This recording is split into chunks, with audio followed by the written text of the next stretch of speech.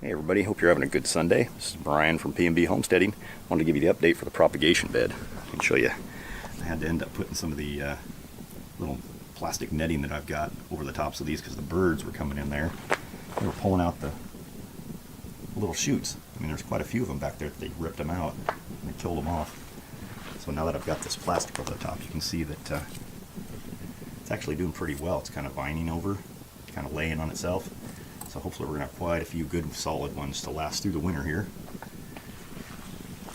And then, of course, we have the azaleas there. Quite a few of those survived. Looks like that one there, that was one of the ones that the birds ripped out right there.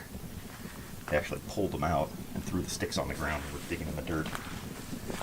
Little buggers. That's kind of the update for the propagation bed. And eventually, you know, as mentioned in one of the videos last time, this whole bed's going to be moved.